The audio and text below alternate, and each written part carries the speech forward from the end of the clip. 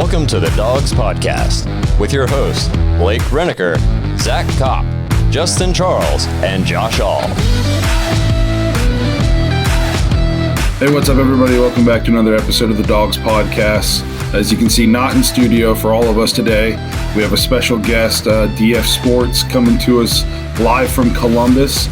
We're going to get his thoughts on what's going on with Baker, the Deshaun trade, free agency in general. Before we get into all of it, if you want to leave a voicemail for the show or an intro, check us out at thedawgspodcast.com. Tap leave voicemail on the drop-down menu. You can find us on Facebook, Instagram, Twitter, and TikTok. We just hit our first 100,000 video on TikTok, so big shout out to everybody who's checking us out on that platform. We really appreciate it.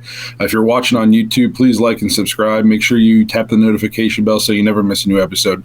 Lastly, if you're looking for more content, head to jointhedawgs.com, become an official Dog Pack member on our Patreon page. You can join people like Derek up here. He's in the Patreon.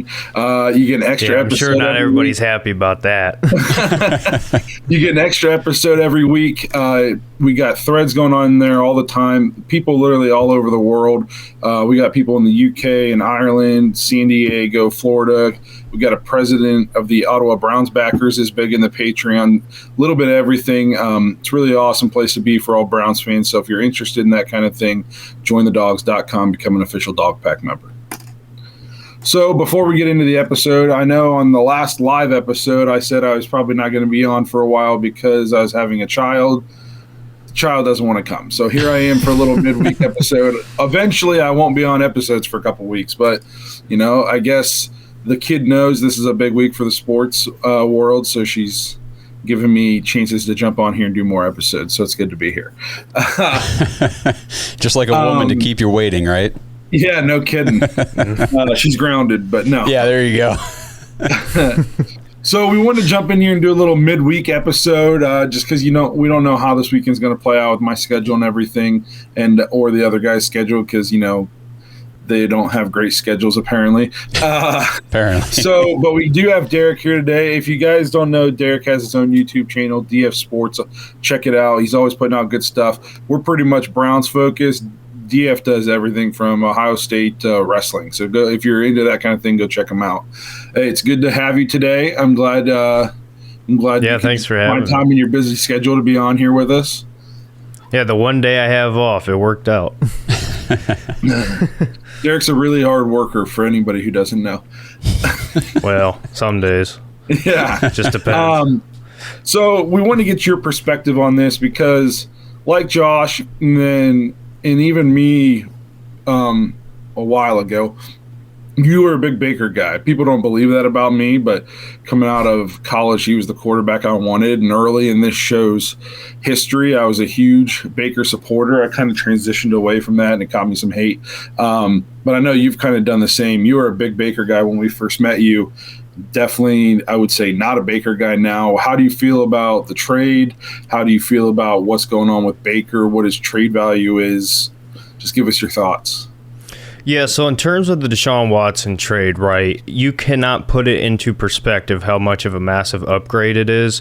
Deshaun Watson, last time he was on the field, was the third-ranked quarterback in completion percentage, first in both pass yards and pass yards per attempt, tied for third in touchdown-interception ratio, second passer rating with 112.4. You're getting a giant upgrade in terms of the on-the-field position. And really what we've been talking about is you look at the AFC right now, you have a bunch of teams, and now you add Devontae Adams to the Raiders, Russell Wilson. The AFC is stacked and loaded, and the Browns roster is definitely ready to win now. That's why they go out and they make this move, right? So now you go from a quarterback who you're winning in spite of, right? And now you're going to have a quarterback who you can win because of, on top of the roster you have now. So in terms of the Deshaun Watson trade, first of all, I thought we absolutely robbed them, right? Because when you look at it from this perspective, you gave up 3 first-round picks, right? And a couple others. But in terms of this year, we still have all of our draft capital other than that first-round pick. No players we're giving up. That's an absolute robbery. We were talking about, hey, Denzel Ward, JOK, Delpit might have to be thrown in, and that sucks. Yep. It sucks, but it's like, you got to get your guy. And we didn't have to do any of that. So on the Watson trade, I understand, why people would be upset about it. All I'll say on that side of things is I don't think it's black and white. I don't think it's fair to say he's completely innocent. I don't think it's fair to say he's completely guilty. That's where I'll leave it as far as that. Let things play out. As far as Baker goes, the guy is... I almost dropped a Patreon special there. The guy is really screwing himself big time because when he came into the league, right, in 2018... he brought a fire, gave us hope, lit the organization up. 2019 fell on his face. 2020 started off on his face, but got up, right? Kind of regained the locker room, regained the trust. Even though we weren't really winning because of him necessarily, he wasn't costing us games.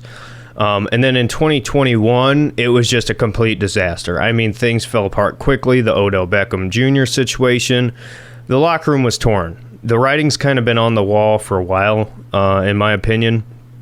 And now you're at this point. I thought there was no way we go into the season with Baker anyway next year, even if we didn't get Deshaun Watson.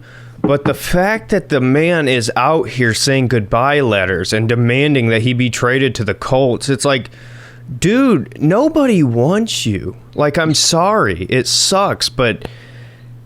He's very much the Antonio Brown of quarterbacks right now, and it's embarrassing. It sucks. I'll say I'm appreciative of what he did for the franchise in terms of coming in, and even though I don't think he's a great quarterback by any stretch of the imagination, he played at a consistent enough level that the Browns didn't have to worry about that position for a couple years. They were able to build up the rest of the roster. We've seen in years past the quarterback play was just so bad, the Browns had to keep just going after quarterbacks. There was no time to build up the rest of the roster. Baker was good enough where it was like, okay, he can do this, and we can build around him. He served his purpose, and it sounds harsh to say, but just because you're part of, the rebuild doesn't mean you get to be there for when you reach the promised land. I mean, Moses didn't get to go into the promised land. He got kicked out, even though he led him through the desert, if we're getting, biblical on here. And I'm not comparing Baker Mayfield to Moses, but I was going to say, what I'm saying. That's a stretch comparison. A whole new attack coming down on you, Blake. Yeah, I mean, John Dorsey, for example, yep. He had a lot to do with how we got here. But he's gone now. He served his purpose. He was part of that transitionary period. And I think we can all agree Andrew Berry's better than John Dorsey. Oh, yeah. I think so. And that doesn't mean we don't appreciate John Dorsey for what he did. I will say this about Baker, though. A lot of people are, they're getting salty that people seem to be hating on Baker right now. Well, he kind of brings it on himself, man. Mm-hmm. You don't get to, for the last 4 years, talk about how you have a chip on your shoulder. You don't care what anybody thinks of you. You're going to do it your way. And then when it doesn't go your way and you're complaining, get to sit there and be like, well, why doesn't anybody like me? Well, I thought you just spent the last 4 years telling us how you didn't care if we liked you. So, I mean, he brought it on himself to the point now the Browns can't give him away. I mean, the only thing you're hearing is potentially Seattle, and why would they take him?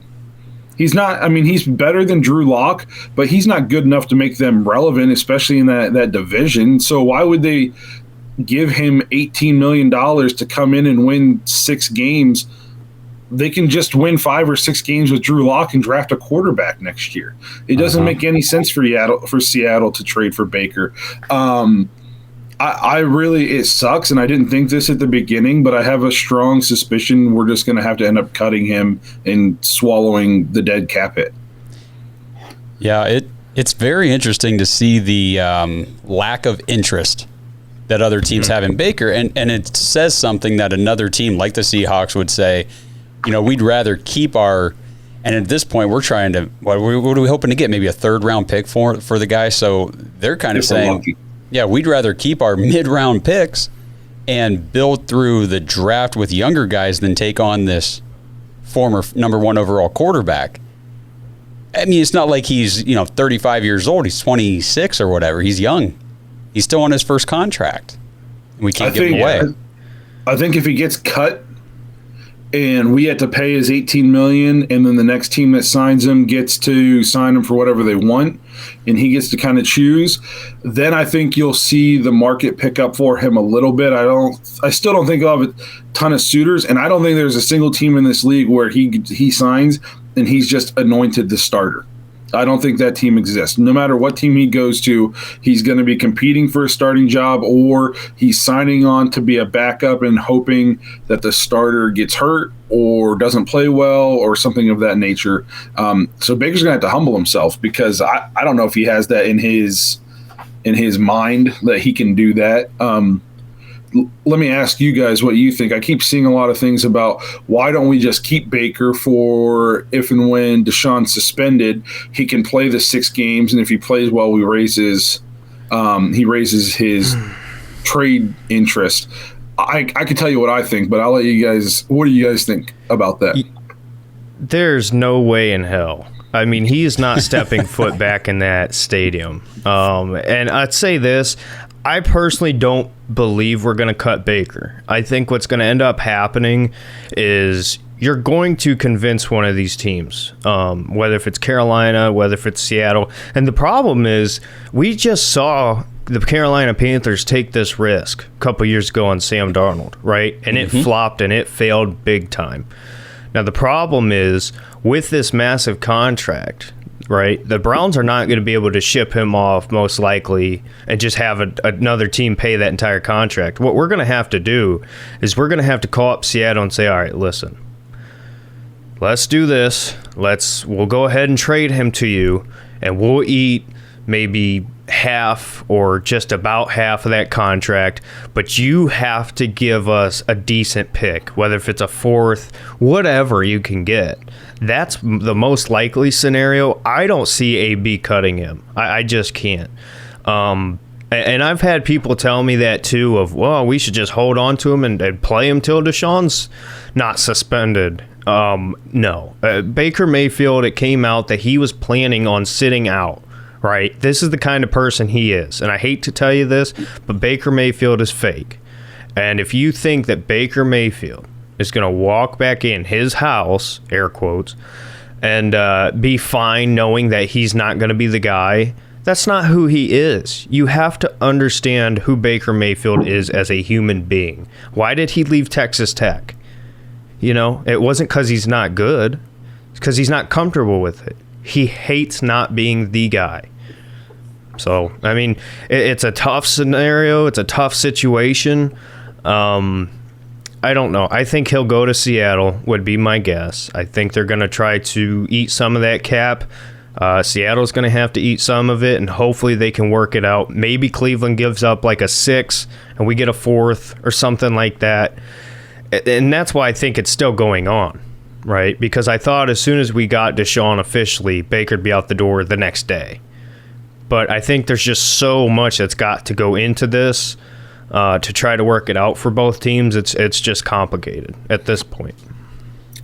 Did you have something? Go ahead, Josh. I was just going to say I 100% agree with Derek. And every time I see somebody say, why don't we just keep Baker for the suspended time of Deshaun if that happens or whatever, blah, blah, blah, I just roll my eyes so hard because there's no way you don't make this kind of move. They weren't going to be able to keep Baker whether they got Deshaun or not. They knew that. They knew this marriage was over even before Deshaun Watson was officially signed or changed his mind or whatever. Just the fact that we pursued him had Baker, like you said, Derek, ready to sit out. He was not going to play for the Browns anymore. So why would we think he'd play for the Browns for 4 games or 6 games while we wait for the true quarterback, the starter, to be available? It's just not going to happen.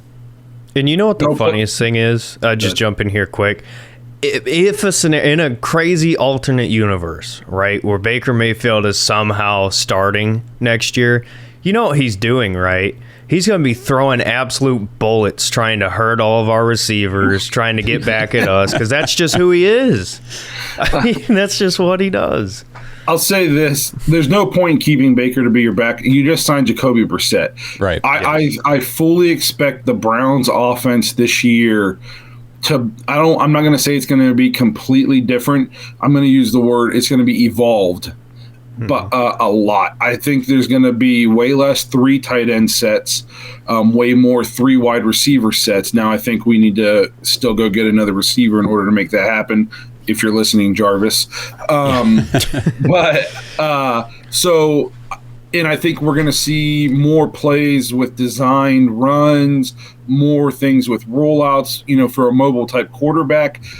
You don't want to have 2 different offensive systems, for 6 to 8 games or whatever. You're not going to bring in, 6-foot immobile Baker to play your first 6 games with one kind of offense. And then when Deshaun gets here a quarter of the way through the season, completely transform it.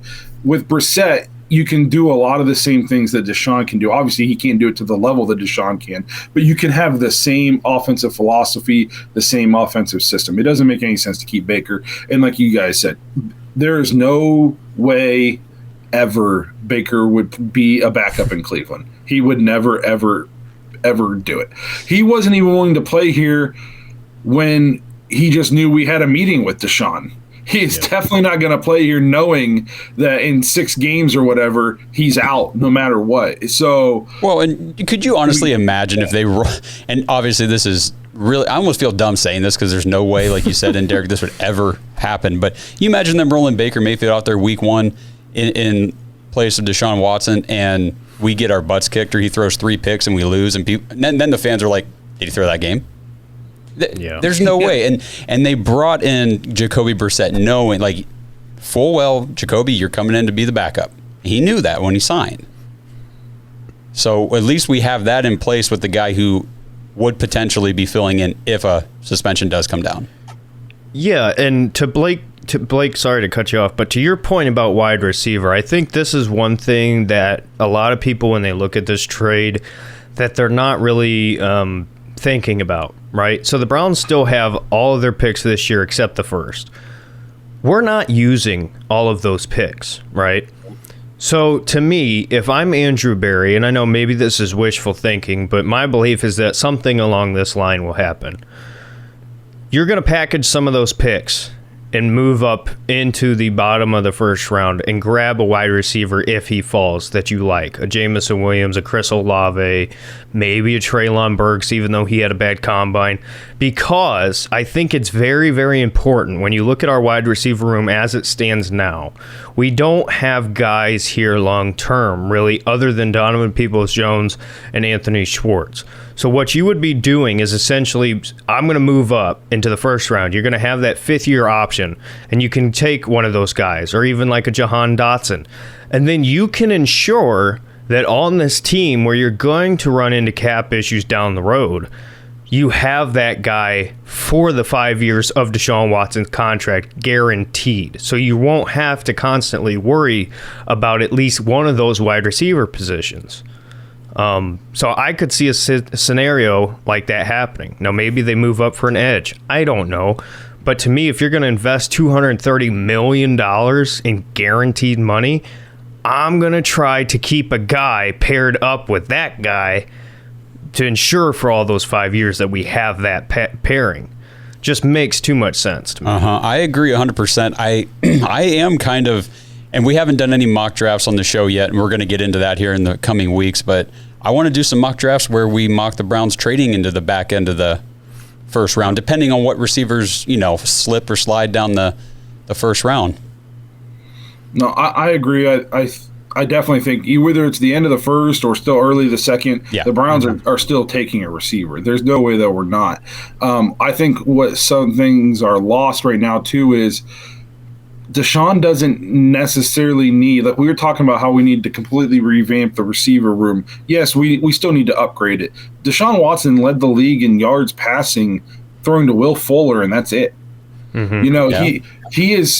He is so good. We don't need to try out 3 Pro Bowl receivers for him to be successful. I don't think people understand just the talent gap between Baker and Deshaun. I was watching some things earlier. One play, I watched this one play on OBR film breakdowns, and it 100% would have been a 15-yard sack last year, and it was a touchdown for the Texans. And I just think we don't necessarily need – I think you're going to see Schwartz take a jump. You're going to see DPJ take a jump. Felton, I think Njoku's going to have a big year. Amari's going to have a big year because the quarterback's going to elevate these people around him. Years past, it was we needed the receivers to elevate the quarterback play. Now it's going to be the quarterback play elevates the receivers. I also think maybe the biggest winner in this whole thing that nobody's talking about is Nick Chubb, because the offense, the defense is not going to be able to stack the box. We saw last year teams knew that we couldn't throw, and they just dared us to throw, and they put everybody in the box, and it was all about stopping the run. And Nick Chubb still had a good year.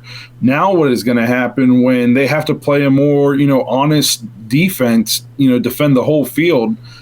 I mean, who knows what Nick Chubb's going to do this year? He's going to go off. Yeah, I look for a huge year from Nick Chubb. What do you guys think about some of the critics who say we gave him too much money? There ain't no such thing. Yeah. I mean, we're talking about billionaires here. There's no such thing. They got the money, and the cap, the salary cap to all these people who are freaking out about the guaranteed money and blah. The salary cap is a myth. I mean, you eventually might have to have a down year. You can push that down year back real far. The Saints went from salary cap hell to $30 million in free space in the course of an hour and a half, and they cut 0 players. The Browns just cleared up $15 million in cap space by restructuring Amari's contract, and they did it in 20 minutes. I mean, there's the salary cap. I mean, people are just it's like a 1970s way of thinking. You got to have all these draft picks. You got to have this salary cap room. You can't mortgage the future. The future is now. Yes. Now is the time to win. The future is now. You can't always be playing for the next 5 years. At some point, you have to decide that now is the time we're going for it. And if it doesn't work out, and then we have 2 years, it sucks. But at least we went for it. Our whole lives we've been stockpiling draft picks, had the most cap space, and what did it get us? It got us 1 in 31. Yeah. So people got to get out of this archaic way of thinking about draft picks and about salary cap. Like, if you have a shot to go win it, you take that shot. Ask the Cavs. You think the Cavs are mad that the last 4 years have been rebuilding years? No, because they got a title in 2016. There's a parade with 1.3 million people walking down Euclid Avenue. If you go get the Super Bowl, it's worth it. So you have to go for it eventually. You can't just keep, we got to have our picks for 5 years from now, because who knows what's going to happen. Well, you're never going to win it then. You're just not. Yeah. Yeah, and to all these people who say, they're in cap disaster, I was on a Spaces with, I wasn't talking because they wouldn't let me on, go figure, but a bunch of Falcons fans, right? And I jumped on because it came out that we were allegedly out on Deshaun Watson. And so I jumped on. I was like, all right, I'll listen to what the other fan base has to say. Oh, my gosh, they were drooling over him. They could not be more excited, and I completely understand. But then I went on after, right? And they were talking about, Cleveland is so screwed. They gave him all this money. No, listen to this. The Browns, the reason why they went out and made these moves, or I should say this move to go get Deshaun Watson, you have your left tackle, your left guard, your right guard locked up, your center locked up. You have a couple receivers now. Both are your running backs. Chubb's locked up for a couple more years. I think Hunt maybe has a year. I think this is the last one. Okay, so but look at the defense. Denzel Ward's the only one really you're worried about. Myles Garrett's locked up. Newsom's locked up. JOK. We have to do this now. John Johnson, Delpit, you have to go make this move now. So this idea that, you're screwed. No, they did this because they know, hey, we have this probably 3 to 5 years, right, where you're going to have all of these guys, right, your core group of players locked up. So hey, I can go get a Deshaun Watson, and they can elevate even more, take us to that next level, right? And say you have to let a couple of those guys go, right? Guess what? Having a top 5, top 3 potentially quarterback gets rid of some of those problems.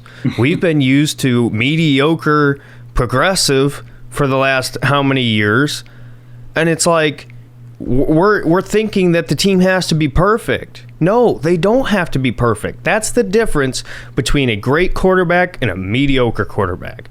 When you get comfortable with mediocre, you expect mediocre to have a team to rise him above. We don't need to have that. And it's going to suck to see a couple guys go. But the reality is we don't need this complete roster forever. Sorry, Blake, I didn't mean to cut you off. No, you're good. I mean, look at the Bengals. The Bengals had 0 offensive line. They just played in the Super Bowl. Now they're fixing that up because they still have Burrow on that rookie contract. They can go do these kinds of things. But give it 2 more years, the Bengals aren't going to have this top flight offensive line and that receiving core. It's not going to happen. They're going to have to choose. Somebody's going to go. Okay? Look at the Rams. They couldn't run the ball last year. They just won the Super Bowl. Yep. I mean, because Matt Stafford elevated them to the point, and Cooper Kupp doesn't hurt. And then Odell, I know that's a sore subject. All he did was catch a touchdown pass every game.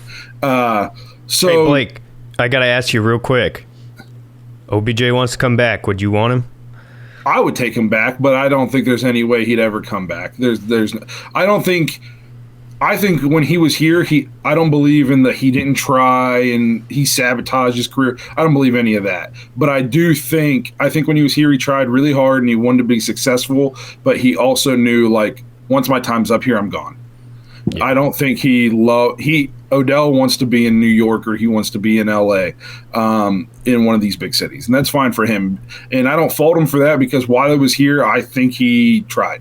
Now, if he was here, I think people just like to say he didn't try. That's a scapegoat answer, in my opinion. The dude was a great run blocker as one of the premier receivers in the league, and we asked him to run block every play, and he did it while never getting the ball.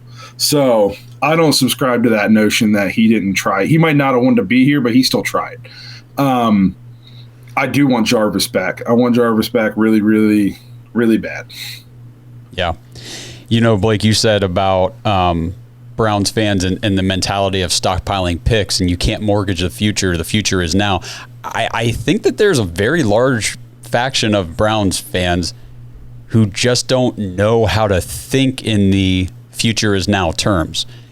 Their whole life, a lot of them, or most of their life, for many, has been, well, there's always next year. That's always been the mantra. That's always the motto every year. There's always next year. You got to build through the draft. Well, let's see who we pick in the first round. What pick are we going to get? So this whole mentality of we don't need those picks. Let's give those picks away to get the positions locked down that we do need. I think that's foreign for a lot of Browns fans, and I understand that. But at the same time, we have got to get out of that mindset because we're never going to win a Super Bowl if we think like that. And this front office is setting that tone. They're changing that mindset of, draft picks, no. We're winning now, and it's the players we need, the proven talent. It's a loser mentality, and that's been my biggest problem with the Browns over the last couple years, right? Even under Baker, everybody was like, oh, if you get rid of Baker, you're going back to 0-16. It's like, if you're going to go back to 0-16 after everything that we've built, then what was the purpose of it? Mm-hmm. And I mean, in terms of, you gave up draft capital. Well, guess what? Look at Andrew Berry. Sure, he's whiffed on some, but he's done a hell of a job drafting, right? So, I mean, this is what the best GMs do. This is why Bill Belichick has been so successful. They get all of those second and third round picks, and they take advantage of the guys that fall. We're counting on Andrew Berry right now to do that same thing for the next couple of years. Look at the second and third round picks that we've gotten. JOK, Delpit. Hey, sorry, but we can keep that going, right? It's not just going to magically end. No, absolutely not. And, I think so the Browns just made Deshaun Watson the second highest paid quarterback in the league he's behind Aaron Rodgers now, right? I think that's who's number one. I think in terms of per year, but he got the highest guaranteed contract ever. Okay, so per year. Let's go per year. So he is the second highest paid. So when the Texans signed him to his first extension before the 2020 season, he signed a 4-year, $160 million extension with the Texans, which that deal made him the second highest paid player in NFL history at the time. So it's not like we're giving him money that no one else thought he was worth either. You know what I mean? The team that drafted him thought he was worth that. It's just bigger numbers now, inflation. Yeah. Yep. Players back in the 70s were making, $30,000 a year. No, so yeah, it changes every year. Mahomes had the monster contract, and then Rodgers gets a big deal, and Watson gets a big deal.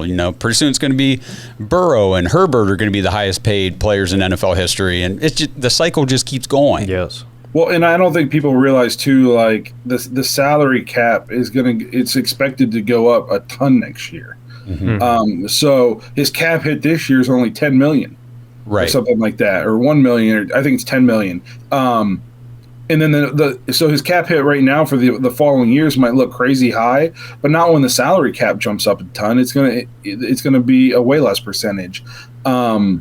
And the Browns have been building for this move for a while now. We were all, when the Nick Chubb deal got done, and when we extended Myles Garrett, and when we signed John Johnson to a multi-year deal, they were building for this. They knew, let's lock up these core pieces, so then when the time comes, we can go for broke. And that, like you said, that's exactly what we did. We don't need to be worried about, draft picks or salary cap. We have all of our key players, with the exception of Denzel Ward and Kareem Hunt. And I know Kareem Hunt's really good, and we love him here in Cleveland. He's important to the team, but he's a backup running back. So we're really gonna not go get a top 3 to 5 quarterback because we don't want to lose our backup running back. Come on, guys. What's a more important position? And Hunt was always a luxury. Yes. And your backup running back becomes far less important to the offense when your quarterback is one of the best quarterbacks in the league. We needed Kareem Hunt when we had Baker. Now, he's just a nice piece. So people just got to get out of their old way of thinking. Yep, 100%. And it's going to take winning, right? Winning cures all. So, yep. Until Deshaun Watson goes out there and consistently puts up a performance and wins, it's going to be like that. And it sucks, but it's just the tough reality. People are constantly stuck in their ways. It's like with Baker. Blake, sit there and try to explain to somebody, no offense if you're on Baker's side, but it's like at some point, like what me and you did, Blake, and I'm sure you, Josh, too, as well, you got to take the fan glasses off and look at it realistically. It sucks, that's what happened during the season. I'm sorry to cut you off, man, but we talked about this a lot, how before the season, Blake, we bring it up all the time. One of my bold takes, Baker's going to be at some point in MVP conversations just based on how he played the second half of 2020. I thought, man, this guy's about to take that leap. He's going to take that next step, maybe 2 steps. He's going to be incredible. And then he got on the field. And as much as I wanted that to be true, as much as I wanted him to be everything that, he just felt like he could be at times, he didn't pass the eye test. You just see it on the field. It's not going to happen. Well, and the thing I've been thinking about, too, a lot of people like to talk about, well, it's the injury. Look how well he played against the Chiefs, and then he got hurt week 2, and it all went downhill. Does anybody remember how bad the Chiefs' defense was the first 8 weeks of the season? They were, historically bad. Remember, every week we said that Chiefs loss is starting to look worse and worse and worse. Mm-hmm. Yeah, remember they were below 500. Jalen Hurts was putting up 300-some yards against them. So don't talk to me about how, it was the injury that caused the problems. He played super well before that. Everybody played well against the Chiefs the first 2 months of the season. Their defense was Swiss cheese. So I just don't put that much stock in that game. And the league's telling you right now, he wanted to go to the Colts, if you really think about it from a football perspective, the Colts was a pretty good fit for Baker. I mean, their roster-wise, pretty similar to what he just played on the Browns. Yep. And instead, they went with 36-year-old, way more expensive Matt Ryan. Yeah. You know what I mean? And they could have had a former number 1 overall pick in Baker who's way younger and cheaper, and they said, nah, fam, that's okay. We'll go with the old guy. The Texans could have him. Oh, reliable. Yeah, the Texans could have him, but they didn't want him. He could have been in the trade, and they didn't want him. And people keep coming to me, well, they didn't want him because of the contract, the $18 million. Go tell me a starting quarterback in the league who's supposed to be considered a franchise quarterback that teams aren't willing to pay $18 million. So if a team isn't willing to pay him $18 million, that means they don't see him as a starter, as a franchise guy. So to all these people who've been nagging at us for like the last 6 months about how good he is, the league is telling you what they think about him. I mean, yeah, the Falcons got rid of Matt Ryan, and they went with older backup Marcus Mariota. Yep. You know what I mean? So the Carolina Panthers, I heard before I came on, they're not interested in Baker. They'd rather stay with Sam Darnold. And I think he was Baker's better than Sam Darnold. Yes, but Darnold was awful last year.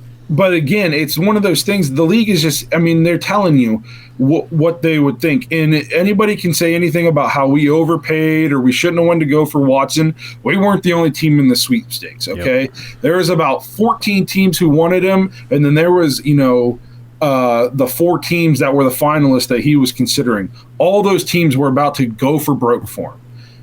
Yeah. Baker's 100% available, and we can't give him away. So they got to wrap their head around that. They got, like you said, take the fan glasses off and just stop and look for a minute. And a lot of it is just his attitude too. I think people would be willing to take more of a chance if they knew he was willing to come in and just kind of sit in the background and put in the work, maybe be a backup for a year. But I just think the chances, people just don't see that happening. I don't see and I hate to say this, but I think it's the truth, and it sucks to say this. But if Deshaun Watson went to the New Orleans Saints or the Atlanta Falcons, there wouldn't be this much blowback. I'm sorry. It's the Cleveland Browns. Agree. When the Browns were supposedly eliminated and it was down between the Falcons and the Saints, you didn't hear anybody talking about how they shouldn't be going after them. Mm-hmm. All people like Cowherd was talking about how Atlanta would be a great city for him because of promotional opportunities and endorsements. He thought he was going to get endorsements in Atlanta, but now that he's in Cleveland, it's just not a good thing. It's just the hate's unreal when it comes to Cleveland. No, there wouldn't have been a peep about it if you would have went to the Falcons or the Saints. Not a peep. Yeah, and I'm so glad because I got to talk to Benjamin Albright in one of these spaces, and I wouldn't say I was clowning him, but I was just pissed because he's like, y'all have no chance. I'm sorry. You're out. Like, there's nothing. And I'm like, Ben, do you not see our roster? Like, I understand he wants to go home or whatever, doesn't want to play in the cold, but to sit here and say we have no chance. The victory lap that all of us took on him after the trade went through was phenomenal. It was awesome. All right, we'll get you right back into the conversation here in just a minute. But before we do, college basketball fans, make sure you join in on the action on the court during the biggest tournament of the year with DraftKings Sportsbook. Turn your team's victory into your own big win. New customers can bet just $5 on any team to win and get $200 in free bets if they do. It's that simple. If they win, you win. If Sportsbook isn't available in your state yet, you can still join the college hoops action with DraftKings Pools. Everybody can play free pools all March long for a shot at a share of over $250,000 in prizes. Simply join a pool and answer questions like, who will make it to the next round and who will hit the most three-pointers? Then track your results. Go download the DraftKings Sportsbook app right now. Use promo code TPPN. That's for the Pigskin Podcast Network. And make sure you're watching us, checking out our show and all the other NFL podcasts over at the Pigskin Podcast Network. So use promo code TPPN. Bet just $5 on any college hoops team to win, and you can get $200 in free bets if they do. If they win, you win with promo code TPPN. This week at DraftKings Sportsbook. You must be 21 years or older. Restrictions apply. See the show notes for details. Now back to the conversation. Well, I guess I had a couple other things as far as not necessarily Browns. So, and I didn't tell you about this. Uh-oh. Some underrated signings, I think, in our division and around the league, I wanted to talk about real quick. What do you think about the Steelers signing Trubisky?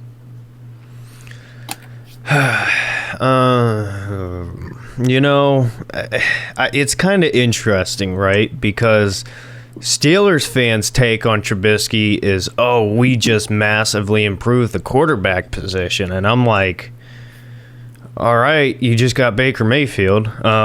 But okay. So it's like, I think he'll be decent. I don't think he'll be good. It's kind of hard. I can't really give you an exact answer, but I don't think he'll be good. I don't think he'll be awful. He'll be mediocre to bad. You know what I'm saying? Kind of in that middle, upper bad range. But I'm happy he got a second chance. I definitely think that he deserved a second chance. I think it's an underrated signing for the Steelers as far as they're kind of where we were, when we were bringing Baker in. As far as if they were a playoff team with decrepit Big Ben, they're not going to be worse with a younger, mobile Mitch Trubisky. So yeah. I think it's no risk, high reward for them. If he comes in and he sucks, they didn't give him a long contract and they didn't give him that much money. And if he's good, well, now they got a quarterback on the cheap. And they should also consider drafting one as well, in my opinion. I agree. And then another signing that I think is kind of going under the radar, and I think me and Josh might have talked about this, but I think Juju signing with the Chiefs is a very big signing. Yeah, I think Juju is definitely similar to Odell in the terms of he's a way better number 2 than a number 1. I hate it for the off-the-field stuff because that Jackson and Juju are going to be together like a DX tag team. I mean, you're just going to see them every week. But I think in terms of on the field, it's really nice because when you have a guy like Tyreek Hill, right, who's a completely different style of receiver, they were going after Landry potentially. That came out when he was released. I think Juju's a much better fit in terms of on the field. It'll be interesting to see how good he becomes, and if he can compare to like when he played with AB.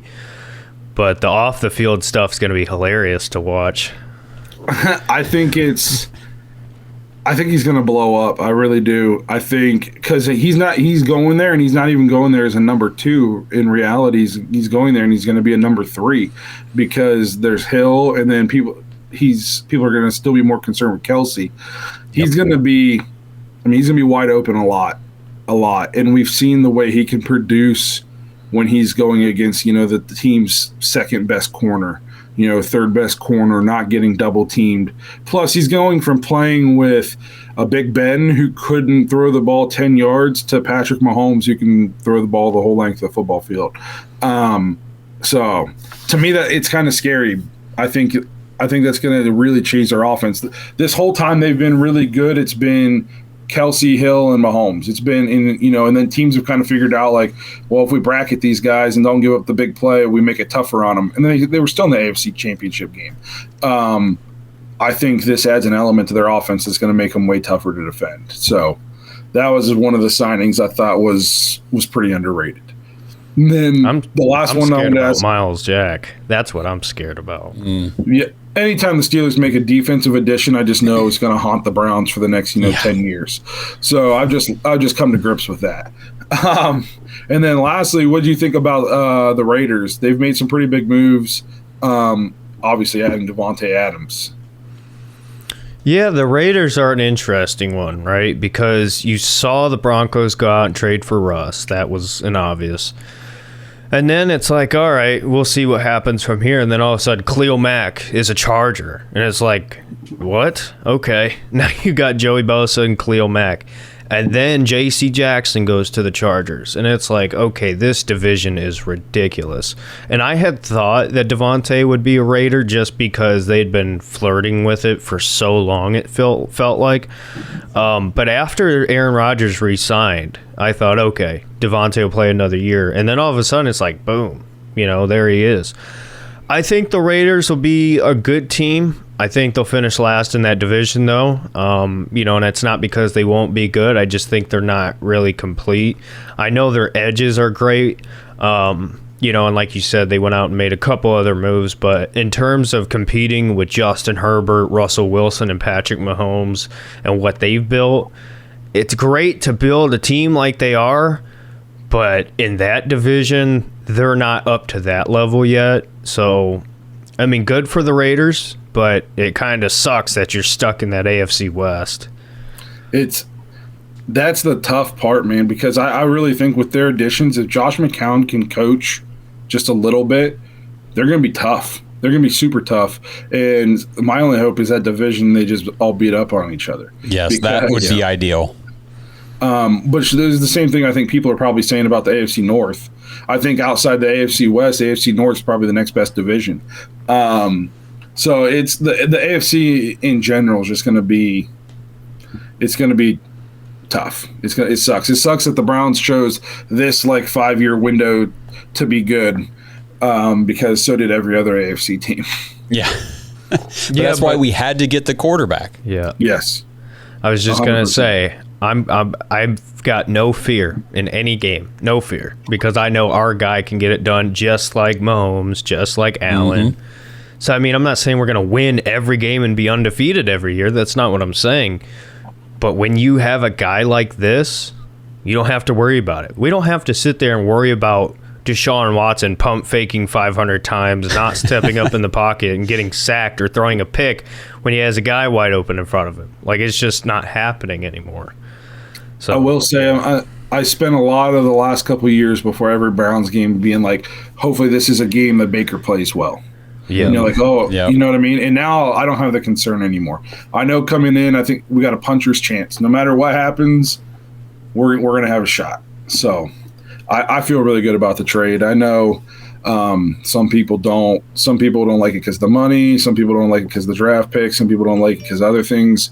I'm a fan. It took, we had to get the guy, and now we got him. We got we kept our roster intact, and I don't think the Browns are done. I think that we are still going to make moves. This team, as it stands today, is not the team we're going to have come day one. Andrew Berry, he's always got something planned. Yeah, I think just quick, because I know we'll probably be wrapping up here soon. I just want to say this: I think that Jadeveon Clowney will come back.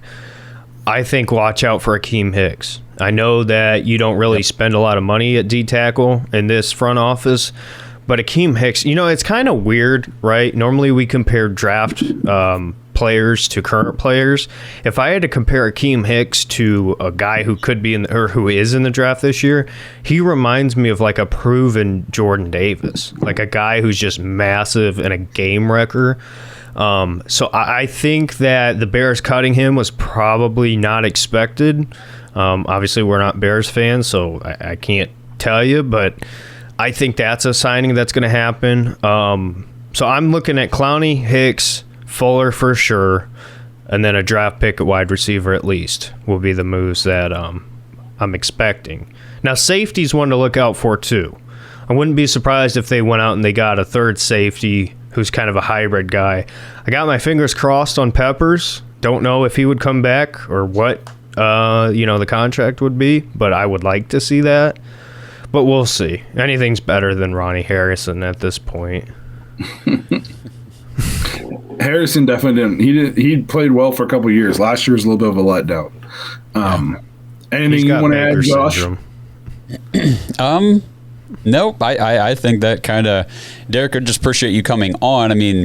You were one of the first people I thought of when this trade happened because, we've talked a lot behind the scenes on the Patreon and everything and texting and whatnot about being Baker guys. And, this season was really tough to kind of, if you were being true to yourself, to watch the progression or the regression, I should say, and come to terms with, okay, he's not the future. It's just not the answer. And like you said earlier in the show, Blake, nothing but respect for Baker. Appreciate everything he brought to the team, to the franchise for the last 4 years. But it's just time to move on.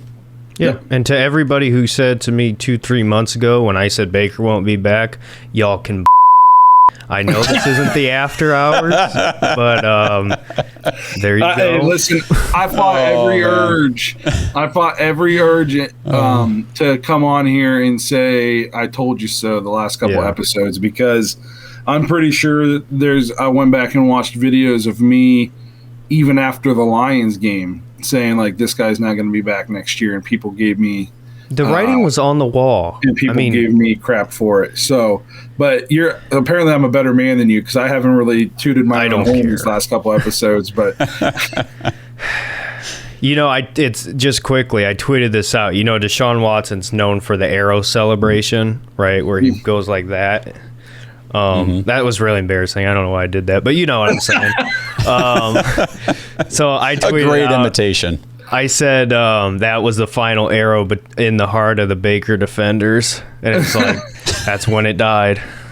So, I don't care. You're not gonna clown me for months and not get some backlash from me. So it is. Oh what it is. Man. All right. Well, we'll wrap this up. I'm sure we all got important business to take care of here in the middle of the day.